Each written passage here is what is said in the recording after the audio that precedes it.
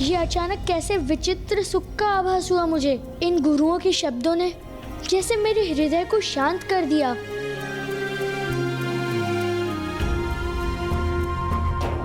मैंने आप दोनों गुरुओं को बहुत कष्ट पहुंचाया है, किंतु फिर भी आपने मुझे आयु, समृद्धि और संपन्नता का आशीष दिया। मैं कृतार्थ हूँ।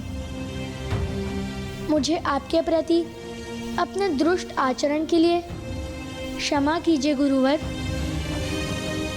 मेरा पुत्र इतना विनम्र भी हो सकता है? विश्वास नहीं होता। ये तो अवश्य इन नवीन गुरुदेव का ही प्रभाव है। तुमने क्षमा याचना की है पुत्र। अपने भूल का आभास होने पर ही उसके सुधार का आरंभ होता है। मेरा यह वचन सदा स्मरण रखना युवराज सुबोध। ईश्वर को ढूंढना ही हमारा सर्वोच्च धर्म है।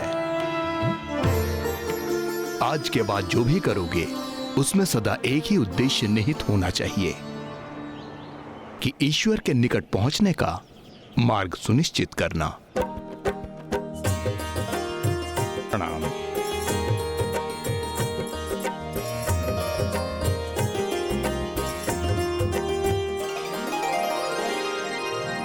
पुत्र सुबोध, तुम्हारे नेत्रों में ये अश्रु क्यों? ये तो मुझे ज्ञात नहीं है नवीन गुरुदेव, किंतु जब गुरु हरित और गुरु अद्वैत मुझे आशीष दे रहे थे तब मुझे एक विचित्र सुखमय शांति का आभास हुआ। जैसे मेरे भीतर एक अच्छी ऊर्जा उत्पन्न हो रही हो। और अब जब वो प्रस्थान कर रहे हैं तो एक विचित्र से दुख का भी आभास हो रहा है मुझे। पुत्र सुबोध, जब हम कोई अनुचित कर्म करते हैं, किसी को आहत करते हैं, किसी को सताते हैं, तो हमारे भीतर एक क्षणिक आनंद की अनुभूति होती है, किंतु वो आनंद स्थायी नहीं होता, क्योंकि किसी अन्य की पीड़ा से उस आनंद का अनुभव स्थायी रह ही नहीं सकता। व्यक्ति को वास्तविक आनंद की अनुभूति तो तब होती है जब हमारे कर्मों से किसी अन्य को आनंद का आभास हो। वो सुख और शांति स्थायी होते हैं। ये क्या सत्य है? ये तो मेरा परम सौभाग्य है कि गुरु रूप में ऋषि स्कंद स्वयं मेरे समक्ष आ गए। अब मेरे पुत्र को योग्य गुरु का मार्गदर्शन प्राप्त हुआ है। अपने पुत्र की शिक्षा दीक्षा देखकर स्वामी भी कितने प्रसन्न होंगे।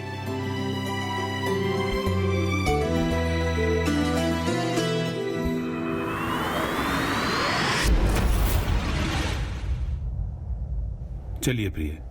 कहाँ स्वामी? ज्ञानरी वैकुंठ पहुंच चुका है, यह ज्ञात करने कि गणेश कहाँ है।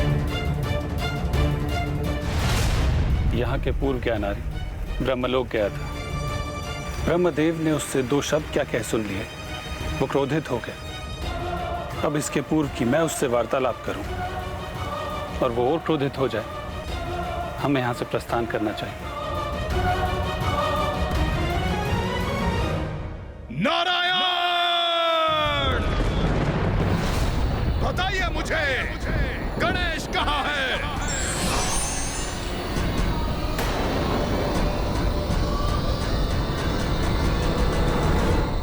पुत्र सुबोध, आज से तुम्हारा शिक्षण प्रारंभ होगा, किंतु उसके पूर्व तुम्हें स्वयं को प्रमाणित करना होगा कि तुम उसके योग्य हो।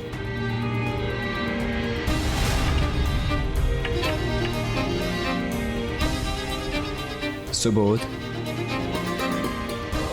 गुरुवर, ये प्रवचन मुझे अरुचिकर प्रतीत होता है। इनमें मेरा ध्यान नहीं लगता। तो तुम्हारी रुचि किसमें है? मुझे तो युद्ध करना बहुत भाता है। मैं इन सभी बालकों को युद्ध में बड़ी सरलता से परास्त कर सकता हूँ। अच्छा, तब तो हमें वही करना चाहिए जिसमें तुम्हारी रुचि है ना? हाँ।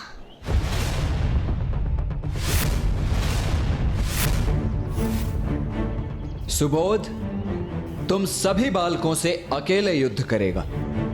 उचित है? तुम सभी अपने अपने अस्त्र अपने हाथों में धारण कर लो।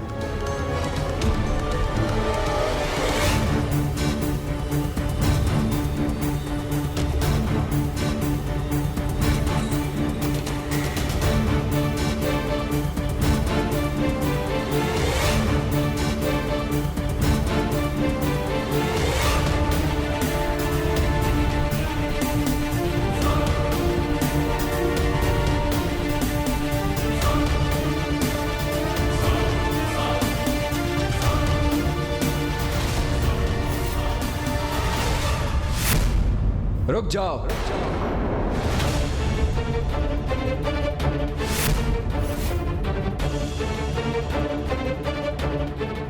सुबोध, तुम आज काठ के खड़क से ही युद्ध करोगे और तुम सभी अन्य बालक वास्तविक खड़क का उपयोग करेंगे। ये कैसा अन्याय है गुरुवर? मैं युवराज हूँ और मैं वास्तविक खड़क का प्रयोग करता हूँ। मेरे गुरुकुल में तुम युवराज नहीं, मात्र मेरे शिष्य हो। और वैसे भी ये तो तुम्हारा ही कथन था ना कि तुम्हें युद्ध करना भाता है। तो क्या हुआ? यदि इतने ही पराक्रमी वीर हो तो काट के ही खड़क से युद्ध करो इनसे। काट का खड़क है तो क्या हुआ? मैं तो इसी खड़क से इन सभी को धूल चटा दूंगा।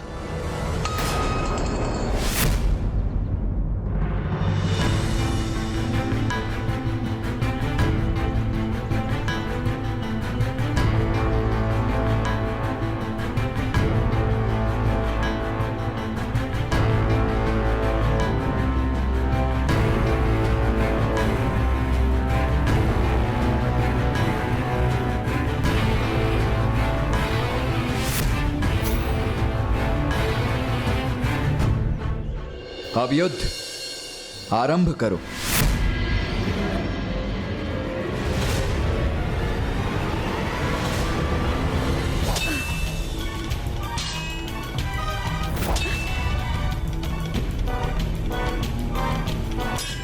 बालकों, स्वयं को रोको मत, वार करो, युद्ध करो।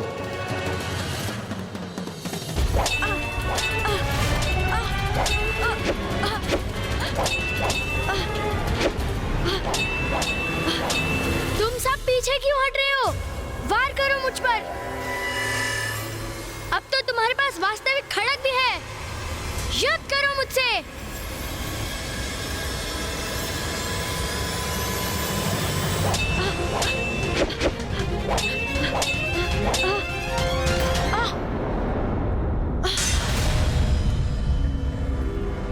तुम्हारे पास कितना उत्तम अवसर था मुझ पर वार करने का, फिर रुक क्यों गए? कहीं आप आहत ना हो जाए।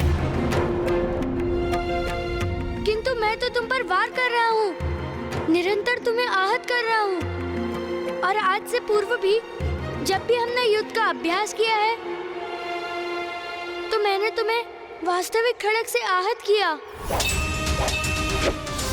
हम नहीं चाहते थे हमारी वजह से आपको चोट पहुँचे, इसलिए हमने कभी आप पर वार नहीं किया। अर्थात मैं कल तक जो इनके साथ कर रहा था वो अन्याय था, स्वार्थपूर्ण अन्याय, वो भी उनके साथ जो मुझे तनिक भी अहित होने नहीं दे सकते हैं।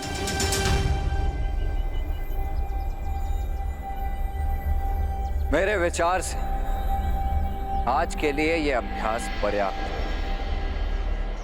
इसीलिए अब आप सभी वहां वाटिका में जाकर क्रीड़ा कीजिए।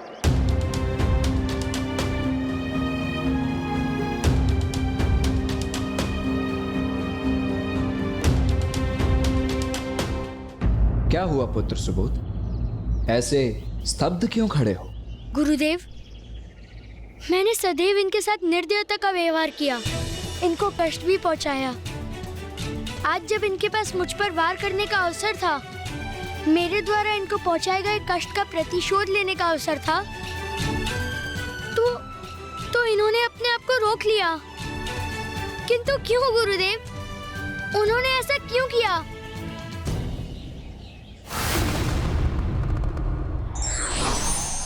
प्रणाम मामा श्री। प्रणाम मामी जी। लो पुत्र गणेश, हम भी वैकुंठ से यहाँ आ गए। अब बताओ क्या करना है? मामा जी, मुझे विश्वास है अब ज्ञानारी स्वर्ग लोक जाएगा। देवताओं से मेरे बारे में प्रश्न करेगा। कदाचित वो क्रोधवश उन पर आक्रमण भी कर दे और देवता उसके प्रति उत्तर में उससे युद्ध करेंगे। किंतु यही तो नहीं चाहते हो पुत्र गणेश तुम, कि देवताओं में और असुरों के मध्य एक बार और युद्ध हो? हाँ फूफा जी, इसीलिए तो मुझे अभी इसी क्षण देवराज इंद्र के पास जाकर इस विषय में चर्चा करनी होगी। मुझे तत्काल देवराज इंद्र और अन्य देवताओं को जाकर ये समझाना होगा कि हिंसा का प्रत्युत्तर हिंसा से नहीं, अपितु प्रेम और स्नेह से दिया जाना चाहिए। तभी मेरी युक्ति सफल होगी।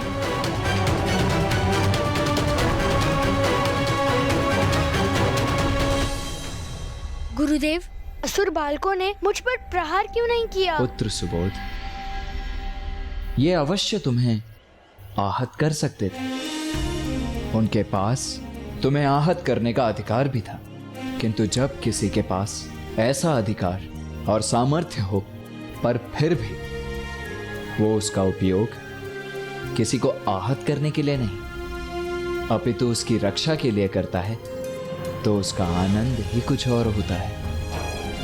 हिंसा प्रति हिंसा का भाव हमें आनंदित नहीं करता सुबोध।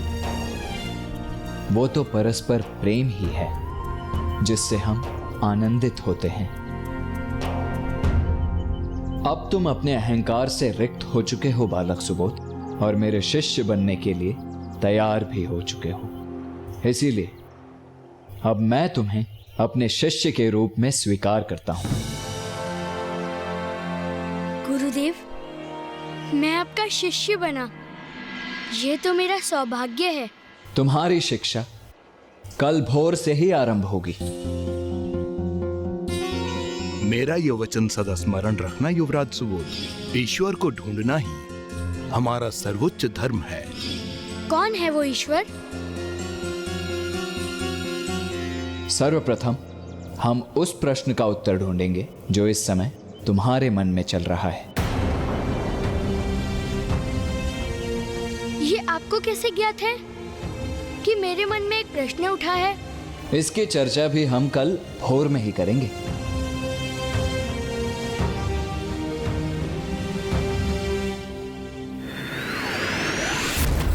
गणेश जी, यदि ज्ञानरी अपनी असुर सेना के साथ स्वर्ग पहुंच चुका है तो हमें यहीं रुककर उसका सामना करना चाहिए, उससे युद्ध करना चाहिए।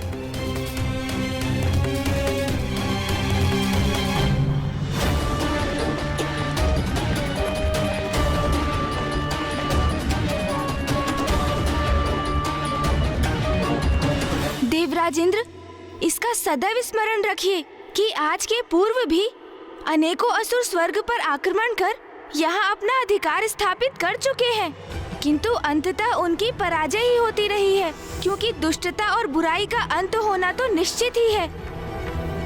हम ज्ञानारी से युद्ध कर सकते हैं, उसका वध भी कर सकते हैं, किंतु फिर उसका पुत्र प्रतिशोध लेने यहाँ आएगा और हम उसका भी वध कर देंगे। फिर उसका पुत्र आएगा और ये श्रृंखला फिर निरंतर चलती रहेगी। देवराज इंद्र। इंद्रदेव, स्वर्गलोक को असुरक्षित छोड़कर यहाँ से पलायन करने की इच्छा मेरी भी नहीं है, किंतु गणेश जी का कथन भी सर्वथा उचित है। घृणा और शत्रुता का अंत युद्ध से नहीं होगा। गणेश जी ने एक योजना निर्धारित की है, हमें उसका अनुसरण करना चाहिए। देवराज इंद्र, देखो कौन आया है तुमसे भेंट करने। मैं असुरराज ज्ञानारी।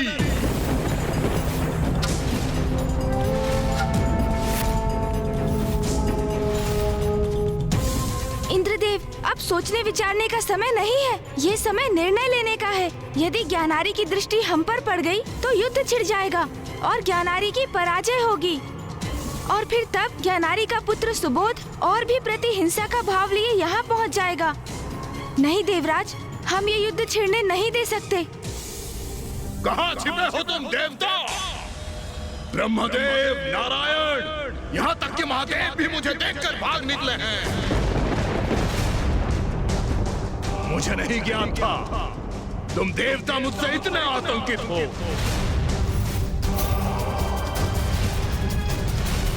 इस अभिमानी की धृष्टता का दंड तो इसे मिलना ही चाहिए। देवगण, यही समय है, अभी अदृश्य होना पड़ेगा आप सभी को।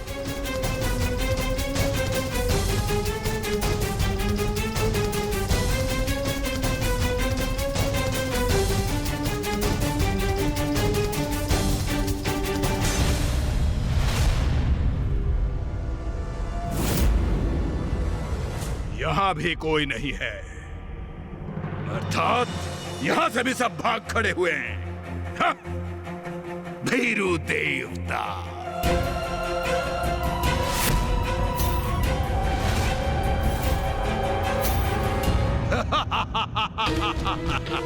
ये तो गणेश जी का आदेश है, अन्यथा इसकी इस उद्दंडता का उचित दंड मैं अवश्य देता।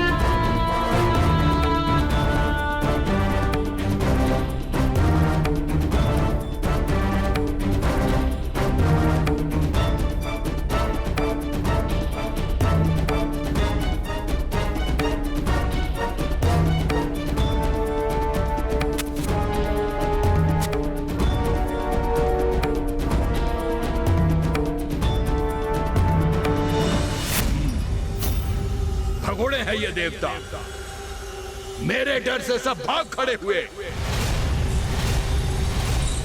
देखिए पिताश्री, मैंने अपना प्रतिशोध पूर्ण किया। अब मैं हूं त्रिलोक का अधिपति। मैं असुरराज ज्ञानारी, मैं त्रिलोक का नवीन राजा हूं और मेरा पुत्र सुबोध मुझसे भी अधिक सामर्थ्यवान बनेगा, मेरा योग्य उत्तराधिकारी होगा। हम पिता पुत्र संपूर्ण ब्रह्मांड में विजय प्राप्त करेंगे।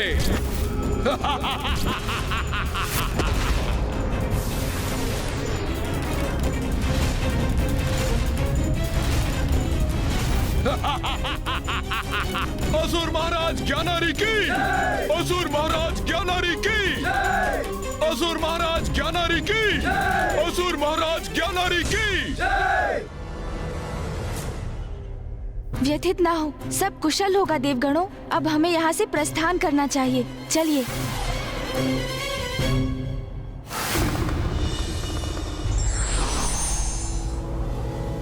भैया, अब हमारी योजना की सफलता, विनाशकारी युद्ध श्रृंखला का अंत, सब कुछ आप पर ही निर्भर करता है। अब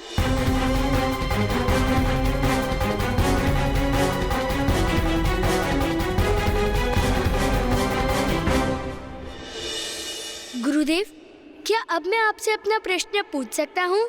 हाँ पुत्र, अवश्य पूछ सकते हो।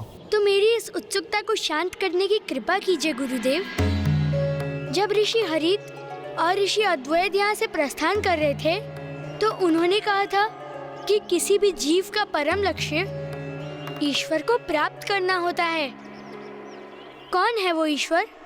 पुत्र, ईश्वर तो निर्गुण है, सर्वव्यापी है, पंचभूतों में है, सूर्य में है, चंद्र में है, सभी पुष्पों में भी वही है और सभी चराचर जीवों में भी है।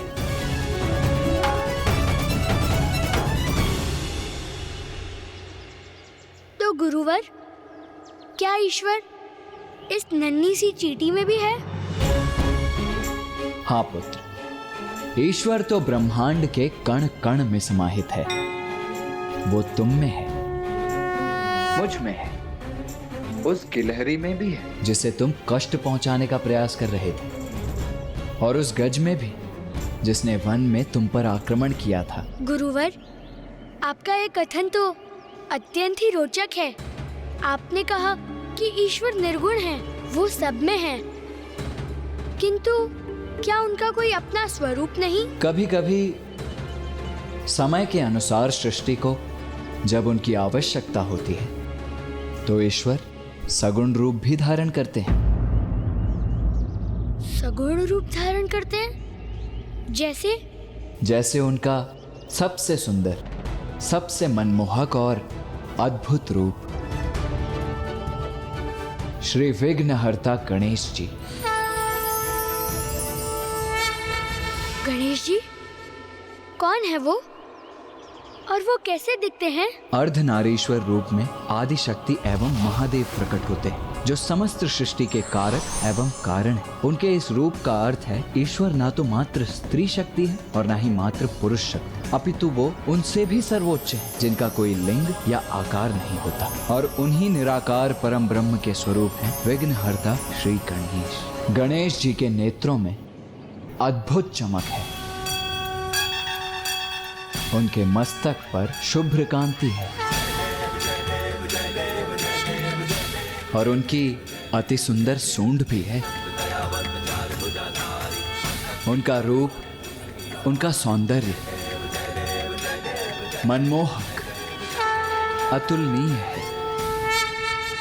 गणेश प्रथम पूज्य देव हैं, जिसका अर्थ है किसी भी पूजा में सर्वप्रथम उनकी ही पूजा होगी। वो बुद्धि के देवता हैं और देवताओं के रक्षक भी। वो सहज भक्ति भाव से ही प्रसन्न भी हो जाते हैं। प्रथम पूज्य होने के पश्चात भी वो बहुत ही नटखट भी हैं। वास्तव में वो तो एक बालक ही हैं। गुरुवर, मैं भी गणेश जी को देखना चाहता हूँ, उनके दर्शन करने को इच्छुक हूँ। अवश्य पुत्र, गणेश जी के दर्शन हेतु तुम्हें उनके मंत्र का उच्चारण करना होगा, और उनके मंत्र का उच्चारण तुम तब तक नहीं कर सकोगे जब तक तुम उसके प्रत्येक अक्षर में डूब नहीं जाओगे। मैं करूंगा जाप, अपनी पूरी निष्ठा और भक्ति से। उचित है। ओम गं गणपतये नमः। ओम गण गणपते नमः। ओम गं गणपतये नमः। ओम गण गणपते नमः। ओम गण गणपते नमः। ओम गण गणपते नमः। असुर महाराज ज्ञानारी की, असुर महाराज ज्ञानारी की।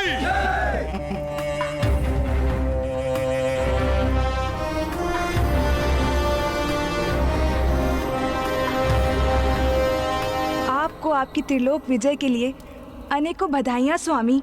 त्रिलोक के अधिपति पद पर आप स्थापित हो गए हैं। ये तो उचित है, किंतु ये तो बताइए, त्रिलोक के युवराज कहाँ है? कहाँ है मेरा पुत्र?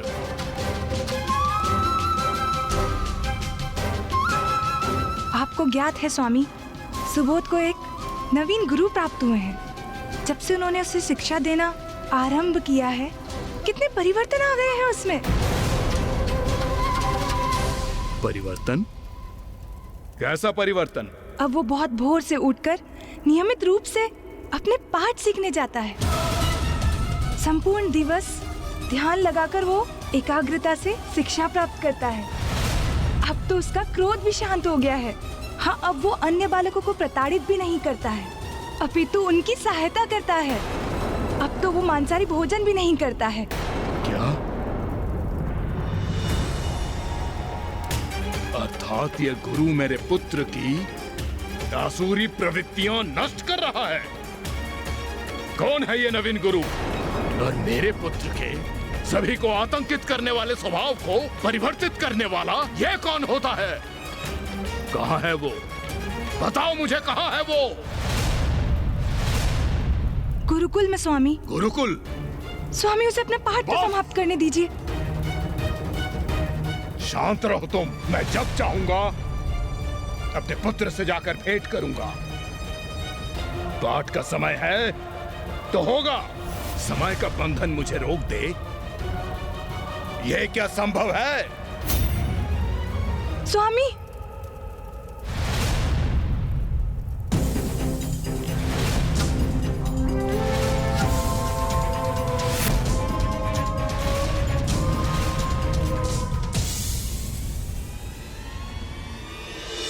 ज्ञानारी अब भैया से भेंट करने जा रहा है। यदि ज्ञानारी ने उनसे कुछ अनुचित कह दिया तो भैया आवेशित हो उठेंगे।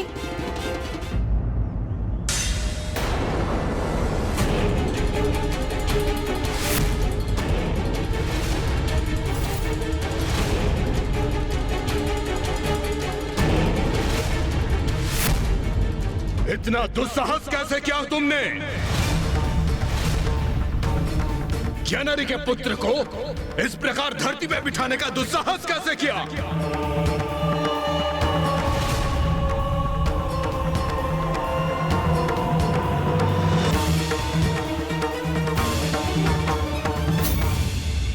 हे ऋषि, मेरा प्रश्न नहीं सुना तुमने?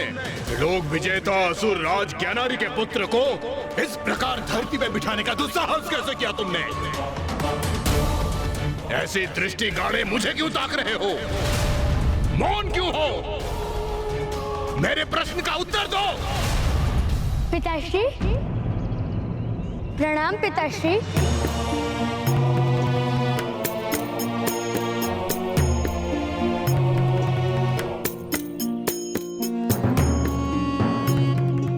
मेरा दंभी और आसुरी प्रवृत्ति युक्त पुत्र स्वयं आगे बढ़कर मेरे चरण स्पर्श कर रहा है। दकिनी उचित कहती है, परिवर्तन तो बहुत है इसमें। मुझे क्षमा कीजिए पिताश्री, मैं अपने ध्यान में इतना गहरा डूब गया था कि आपके आगमन का ज्ञात ही नहीं हुआ मुझे। पुत्र सुबोध, तुम्हें क्षमा याचना करने अथवा मेरे चरण स्पर्श करने की कोई आवश्यकता नहीं है।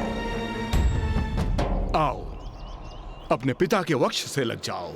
पिताश्री, ये गुरु स्कंद है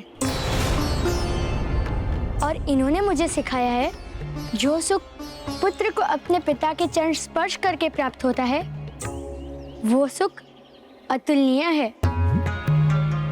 और आज आपकी चरण रज अपने मस्तक पर धारण कर मुझे उसी सुख का अनुभव हुआ है पिताश्री।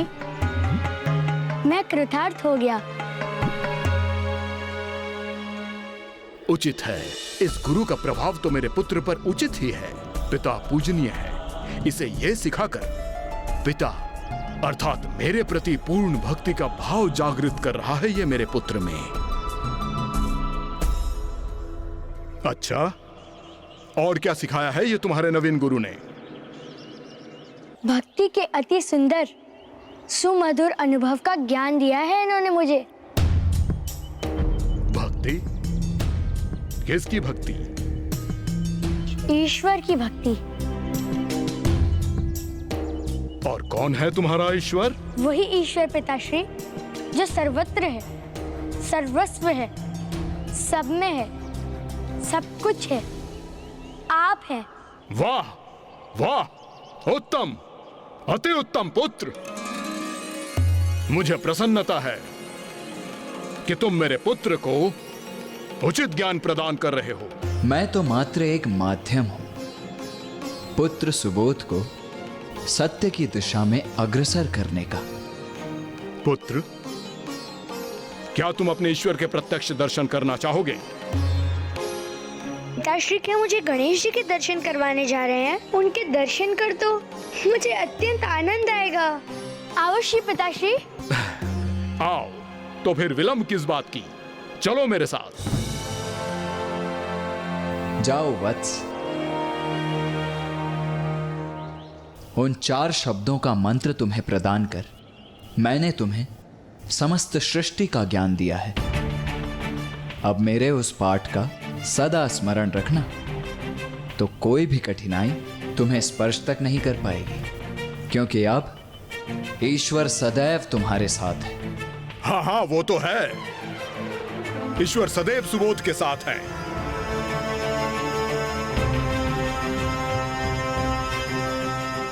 मुझे आशीष दीजिए गुरुवर।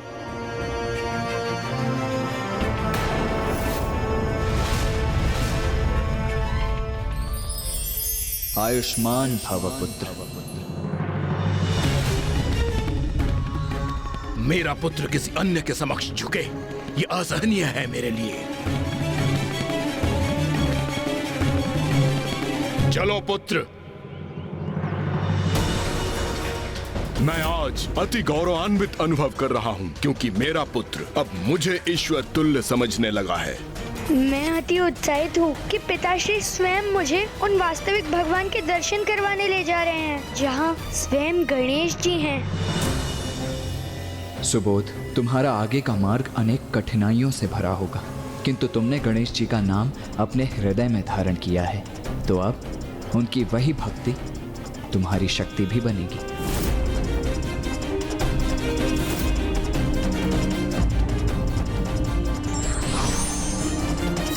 सच्चा गुरु ही हमें सदैव ईश्वर की भक्ति और सत्य का मार्ग बता सकते हैं।